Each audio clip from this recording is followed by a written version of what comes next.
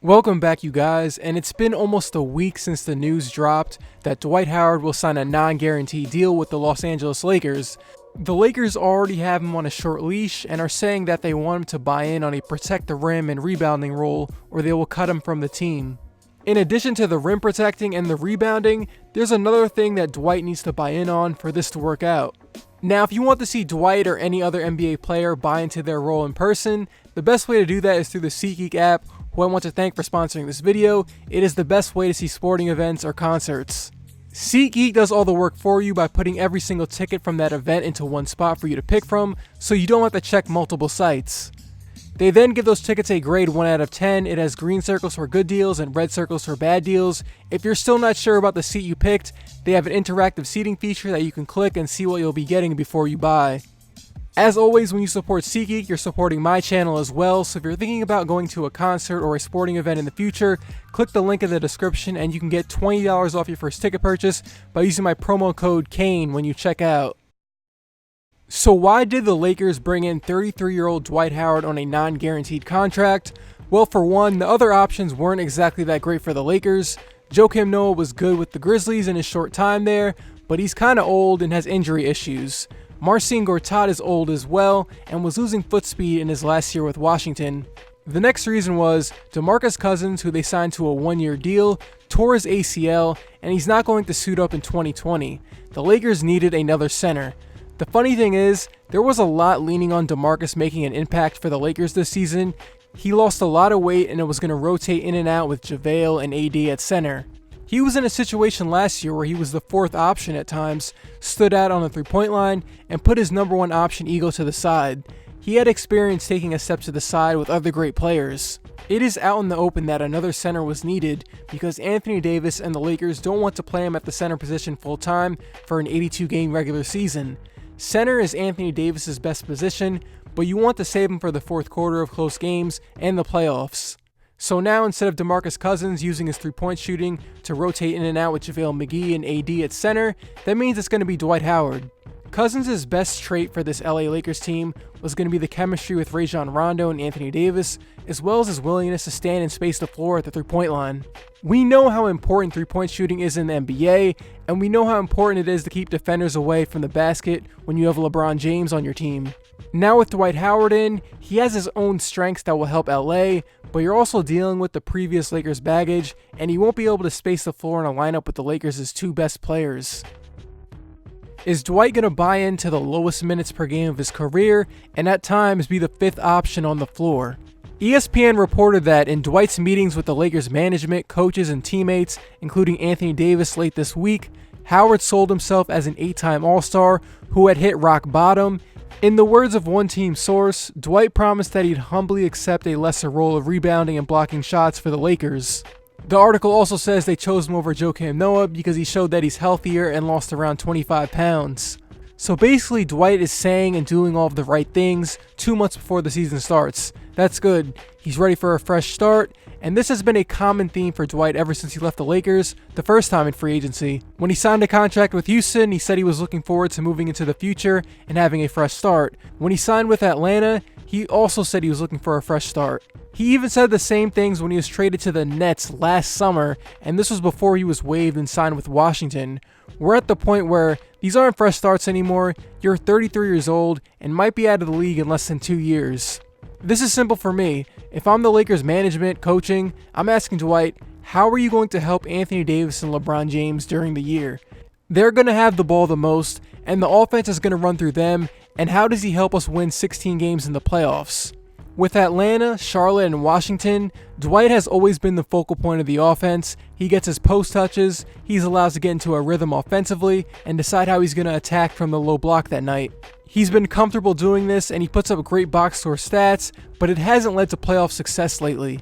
A lot of people point to his 1 year in Charlotte during the 2017-2018 season as a measure that he can be a positive player when he's healthy. You know, he definitely was healthy and effective in the 81 games he played, but you can also point to the fact that the Hornets had the same exact record the year before, and the Hornets were willing to take back Timothy Mozgov's terrible contract to get rid of Dwight. So why did it end bad in Charlotte? Well, a reporter from the Charlotte Observer spoke to a team source during the 2018 season and said that Hornets players were frustrated that Dwight would not run the plays that were called, and the offense was never on the same page between Nicholas Batum's preferred style of running pick and rolls and Dwight's preferred style of slowing the game down and doing post-ups. The Charlotte source also says that Dwight was an unwilling screen setter, which has been a criticism for a while now. Well, guess what he's going to be doing when he's on the floor next to LeBron and the Lakers starters? He's going to be setting screens.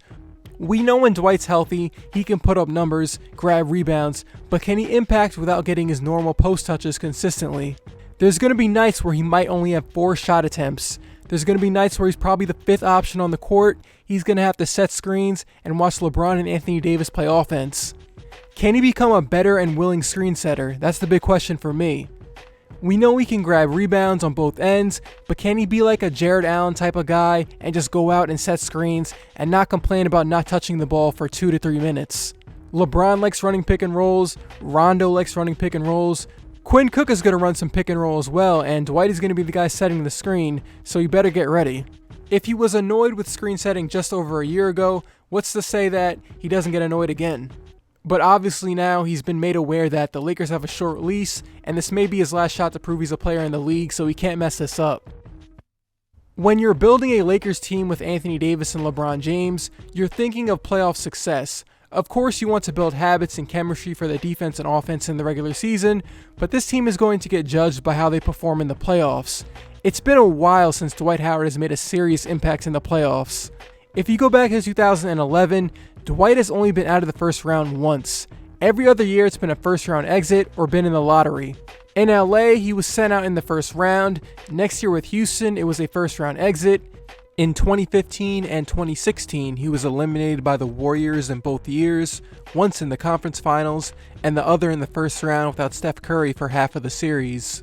In 2017 in Atlanta, he went out in the first round against the Wizards and had the worst showing of his playoff career. If you remember then, he was much healthier, more spry, and a better player, and he was still getting benched against the Wizards because he wasn't able to impact games with his post-up and defense. John Wall and the Wizards were able to attack him in the pick and roll. He was unable to get on the perimeter and defend, so the Hawks went to Paul Millsap at center during that series. Now, if I'm Rob Pelinka in the Lakers front office, I'm asking, does Dwight add to our playoff success? I'm not sure if that's a yes given the evidence. He's 2 years older, less bouncy, and is a bit of a statue sometimes on defense. If he was struggling just 2 years ago to make an impact, what's the likelihood of Dwight being effective against Utah, Denver, Houston, Golden State, or the Clippers? Moving to head coach Frank Vogel, he's got a lot to deal with here. You've got to make sure your relationship with LeBron is good off the court, and you got to manage his games and minutes played while still trying to develop championship level habits. You've also got to put Anthony Davis in a position where he can succeed, win an MVP possibly. He's got free agency in 10 months. Vogel has a history of getting the most out of his players on defense. He was able to design a scheme that maximized the strength of his players, but a lot of the players he had in Indiana were younger, a bit more disciplined, and not under the pressure of, you better win a championship this year. Now you bring in Dwight Howard into the mix, who hasn't exactly been a big-time contributor the last few years. Dwight can say all of the correct things before the season starts about how he just wants to come in and contribute in any way he can, and how he's coming in with no ego. That's good, but we know with guys like him, who have been the number one guy that got all of the attention, that's what they eventually fall back on. We shouldn't have to be doing this for a guy who's going to be 34 years old. He should have been on this type of thinking 5 years ago. Dwight is still an effective rebounder and can use his size to bother shots, but the big thing to me is, can Vogel get him to set screens and not worry about his shot attempts? Again, you can say one thing in the summer, but once the season starts, you might be in a different mode. Can Vogel get him to buy in? Dwight is on a non-guaranteed deal, as I mentioned earlier, and they know if he disrupts the team, he's done. But at the same time, the Lakers kind of have to give him some chances. Like I mentioned, the other options were Joakim Noah, Marcin Gortat, maybe Kenneth Faried, a lot of guys with flaws and injury issues.